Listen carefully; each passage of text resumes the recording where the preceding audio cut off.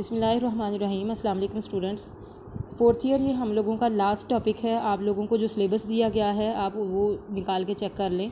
ये आप लोगों का लास्ट चैप्टर भी था और ये आप लोगों का जो साइकोलॉजिकल वर्क एनवायरनमेंट है ये आप लोगों का लास्ट टॉपिक है। ये ऐसे अवामिल हैं जिनकी मौजूदगी में फ़र्द मुतमिन और आसूदा रहता है, यानी पुरसकून रहता है। फ़र्द का ज़हनी सुकून मोराल को बुलंद करता है और जब ज़ाहिर है वो ज़हनी तौर पर मुतमिन होगा, सुकून में होगा, तो उसका मोराल जो है वो हाई भी होगा।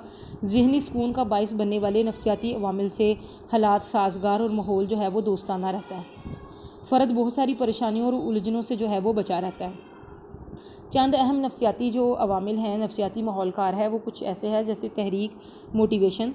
तहरीक से मुराद वो क़ुव्वत है जो फ़र्द को काम करने पर माइल करती है। फ़र्द के काम की नोयत सादा हो या पेचीदा, दुरानिया तवील हो या मुख्तसर, अगर तहरीक यानी उसके अंदर मोटिवेशन होगा किसी काम को करने का तो उसकी कारकर्दगी उम्दा होगी। और खुशगवार और मस्बत जो है अवामिल है वो फ़र्द में तहरीक बेदार रखते हैं। मोरल और पैदावार का मुतालिया करते वक्त जो उसके मोटिवेशनल फैक्टर्स हैं उसको नज़रअंदाज नहीं किया जा सकता।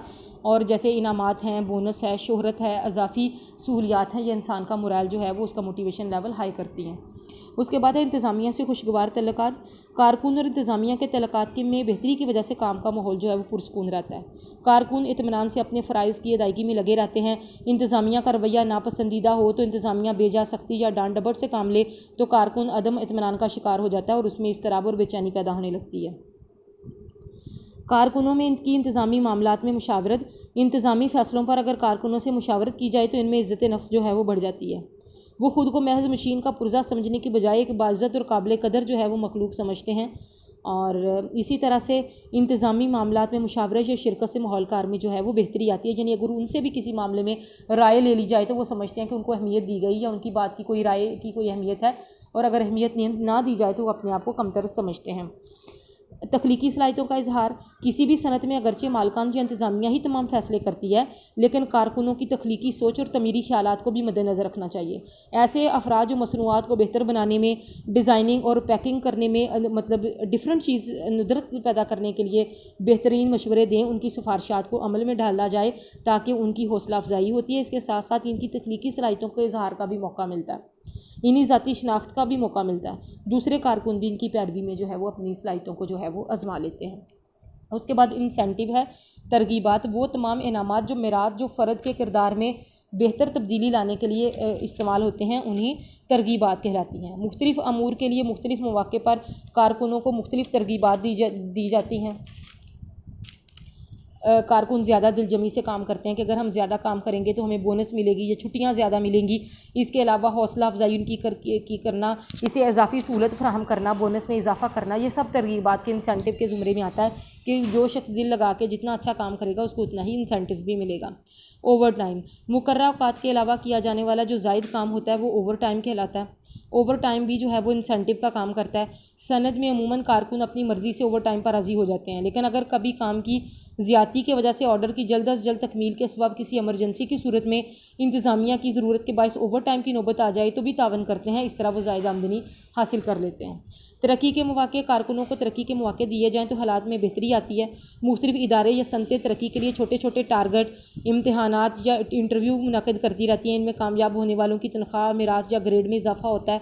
और उसके अलावा कोई ख़ास डिप्लोमा या तरबियत का दुरानिया मुकम्मल होने पर भी तरक्की के मौक़े दिए जाते हैं। नुकसान की तलाफ़ी। कारकुनों को अगर कोई हादसा पेश आ जाए, उनका कोई माली या जिस्मानी नुकसान हो जाए तो इसकी तलाफ़ी करने से कारकुनों का हौसला बढ़ता है और वो बेधड़क होकर इत्मीनान क़ल्ब से अपने काम में लगे रहते हैं। कारकुनों को ये एहसास दिलाया जाना बहुत ज़रूरी है कि इदारा इनके नुकसान में बराबर का शरीक है।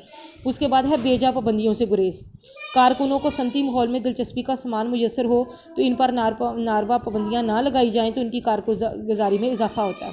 ख़ासतौर पर ऐसी पाबंदियाँ जिनका तल्लुक़ बराह रास्त सनत की पैदावार से हो तो ना हो तो ये फ़र्द के लिए तौहीन आमेज़ होता है।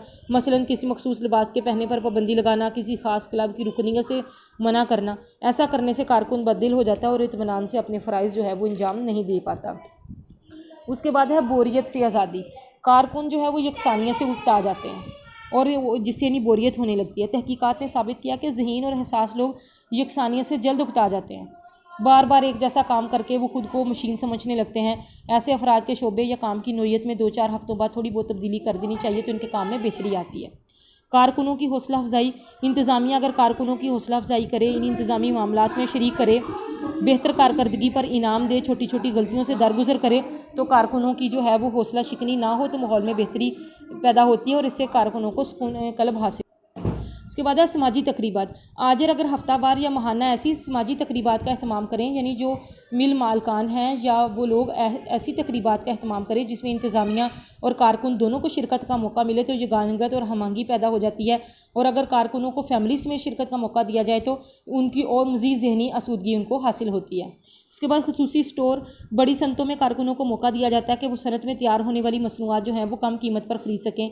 इस मकसद के लिए खुसूसी स्टोर फैक्ट्री की हदूद में बनाए जाते हैं जहाँ से सिर्फ कारकुन अपनी ज़रूरत के लिए मुख्तलिफ अशिया ख़रीद सकते हैं। ऐसी सनतें जहाँ फ़र्द के रोज़मर्रा इस्तेमाल की चीज़ें तैयार नहीं होती, मसलन केमिकल इंडस्ट्रीज़, सर्जिकल आलात और खेलों का सामान वगैरह, वहाँ पर उनकी खुसूसी दुकान या कैंटीन बनाई जाती है। इन तमाम सहूलियात का मकसद कारकुन को तहफ़्फ़ुज़ देना होता है ताकि ये उनके अंदर बेहतरी ला सके। कारकुनों के लिए रहायशी सहूलत, अगर सनती इदारे की तरफ से कारकुनों को रहायशी सहूलत मुयसर हो तो उनके बहुत सारे मसाइल कम हो जाते हैं। रहायशी कॉलोनी फैक्ट्री के अंदर या करीब हो तो उनको आने जाने का मसला भी ख़त्म और ट्रांसपोर्ट का इंतज़ार का ख़र्चा भी बच जाता है। फ़र्द को आराम का ज़्यादा मौका मिलता है और वो मुलाजमत देर से ख़त्म होने का खदशा ख़त्म हो जाता है। यूँ कारकुन अपनी तमाम तवानाई अपने काम पर लगाता है। ट्रांसपोर्ट की सहूलत आला इदारों और बड़ी बड़ी सनतों में जैसे MTM और इस तरह से डिफरेंट टेक्सटाइल्स हैं, वो अपने कारकुनों को जो है वो आने जाने के लिए बस सर्विस सहूलत फ्राहम करती हैं और वापसी पर घर भी पहुंचाती हैं। कारकुनों के लिए ये सहूलत बड़ी अहम है। बलखसूस वो सनतें जो शहर से बाहर लगाई गई हैं, चूँकि वहाँ तक ट्रांसपोर्ट मुयसर नहीं होती, लिहाजा ये बुनियादी ज़रूरत बन जाती है कि वो ट्रांसपोर्ट की सहूलत मिलने से कारकुन वक्त पर भी पहुँच जाते हैं और अपने काम में दिलजमी का इज़हार भी करते हैं। कारकुनों के बच्चों के लिए सहूलियात, कारकुनों के बच्चों को अगर स्कूल और ट्रांसपोर्ट की सहूलत दी जाए तो उन्हें ज़हनी सुकून हासिल होता है। बड़े बड़े सनती इदारों के स्कूल अमूमन सनती इमारत से मुंसलिक होते हैं या इनकी रहायशी कॉलोनियों के अंदर बनाए जाते हैं। इस तरह वो उनको ये टेंशन नहीं होती लोगों को कि हमने अपने बच्चों को स्कूल छोड़ना है या लाना है या वो आए जाएंगे कैसे, वो मसाइल हल हो जाएँ तो वो पुरसुकून होकर अपने काम पर तवज्जो देते हैं। मेडिकल फैसिलिटीज़, सेहतमंद कारकुनी सनत का सरमाया होते हैं। अगर कोई कारकुन बीमार हो जाए तो इसे तिब्बी सहूलत की मुफ्त या अर्जा निर्खों पर फरहमी भी जो है उससे हालात में बेहतरी पैदा होती है। कारकुनों को सालाना तिब्बी इमदाद के तौर पर कुछ रकम देना भी अहम है। अगर फैक्ट्री में मेडिकल स्टोर कायम कर दिया जाए और वहाँ से कारकुनों को सस्ते दामों अद्वियात मिल सकें तो हालात ज़िंदगी जो है वो बेहतर हो जाती है। बैंक की सहूलत, अमूमन बड़े बड़े इदारों में बैंक की शाख कायम होती है जहाँ से ना सिर्फ माली अमूल का लेन देन होता है बल्कि कारकुनों को यूटिलिटी बिल जमा कराने की भी सहूलत होती है।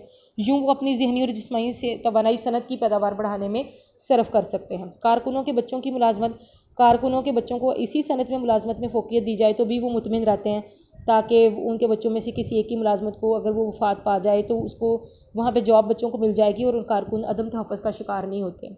हादसा से बचाव की तरबियत, मौजूदा दौर में पेचीदा सनती मशीनें जहाँ पैदावार और सनती तरक्की में इजाफे का मौजब है, वहाँ ज़रा सी गफलत पेचीदा मशीनें हादसे का बायस भी बन जाता है। हादसा से बचाव के लिए कारकुनों को खुसूसी तरबियत दी जानी चाहिए।